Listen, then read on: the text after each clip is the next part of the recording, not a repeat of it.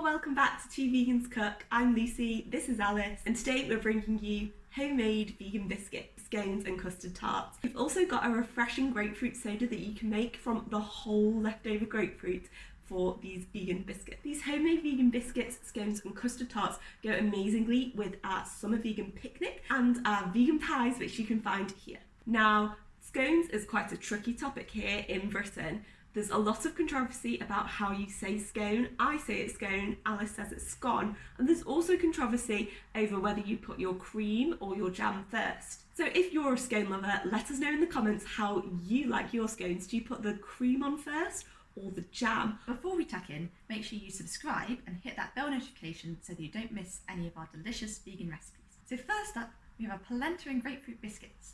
These are so soft they melt in the mouth, but they're zingy from the grapefruit, and the best bit that any Brit will love is that they're made with tea. Now this recipe only uses a little bit of the grapefruit, so to reduce food waste we've also included a bonus recipe of a delicious grapefruit soda, which is really refreshing with these homemade vegan biscuits, especially in the hot weather. Our second recipe is these vegan plain scones. They're not made with dried fruits, but if you like your scones fruity, then add dried fruit in. They are a reinvention of a British classic. As I said before, scones is quite a controversial topic, so when we put our cream on these first, we've used whipped coconut cream. So you whip it to make it like really nice and thick and spreadable, and then we spoon some rhubarb and ginger jam on top. The strawberry jam is also amazing, and it's so easy to make this time of year. Our final recipe is a 5-ingredient custard tart. It only uses vegan puff pastry, silken tofu, custard powder, plant-based milk and a little bit of sugar. They're delicious straight from the oven, where the pastry is crisp and the filling just oozes out when you bite into it. They're extra delicious, lightly sprinkled with a dusting of cinnamon. So let's tuck in.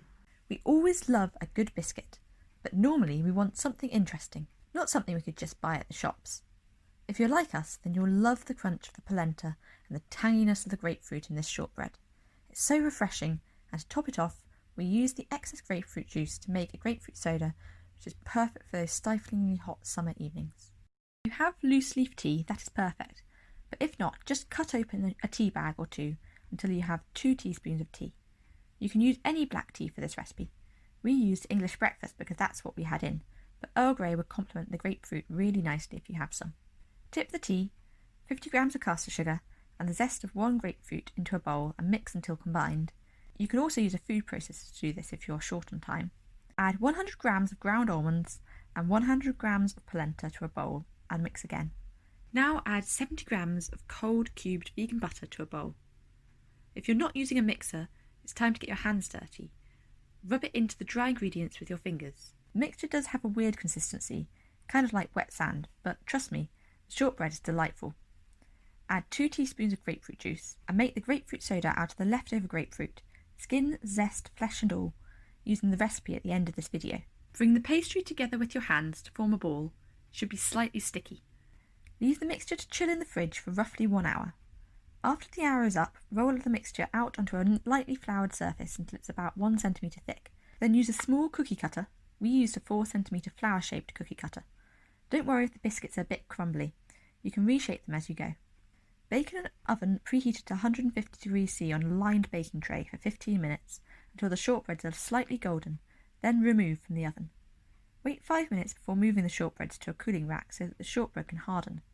If you move them too soon, because they're hot, they will fall apart, and that would be a shame after you've worked so hard. They last for several days, kept in an airtight container, and are amazing with a cup of tea. If you want to reduce your food waste, a great way to use up the leftover grapefruit is to make this grapefruit soda.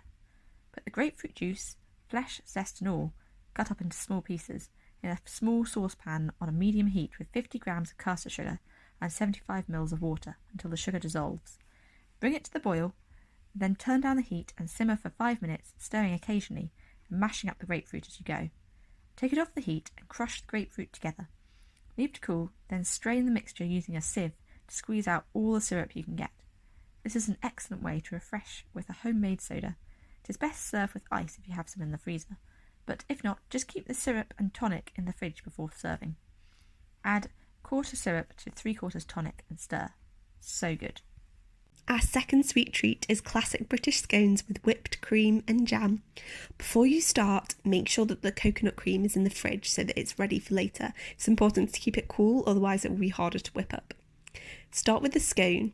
Put 350 grams of self-raising flour in a bowl with 3 tablespoons of sugar, half a teaspoon of baking powder and half a teaspoon of salt. Mix this together before adding 85 grams of cold cubed vegan butter. Rub the butter into the dry ingredients between fingers and thumb until the mixture resembles breadcrumbs. Make a well in the centre and pour in 185 millilitres of plant-based milk. Mix this together using your hands when it starts to come together. Knead it gently just to bring the dough into a ball. Preheat your oven to 220 degrees C, then lightly flour a surface and roll out the dough so that it's about 4 centimetres thick. Use a 5 centimetre round cutter and cut out circles of dough and place them on a lined baking sheet.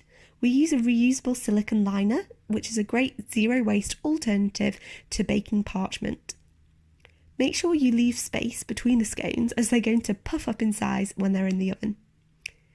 Bake the scones for 12 to 15 minutes. While you are waiting, it's time to whip up the cream.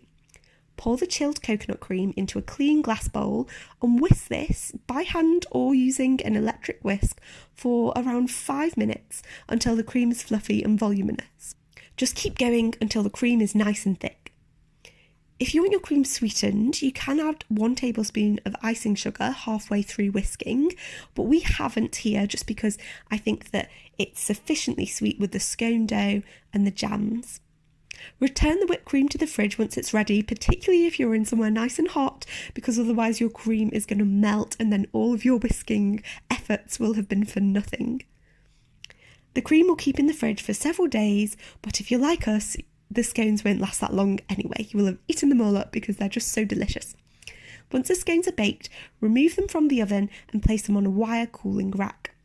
Don't be tempted to layer up your cream and jam too quickly because the scones need to first, otherwise the cream will spill everywhere.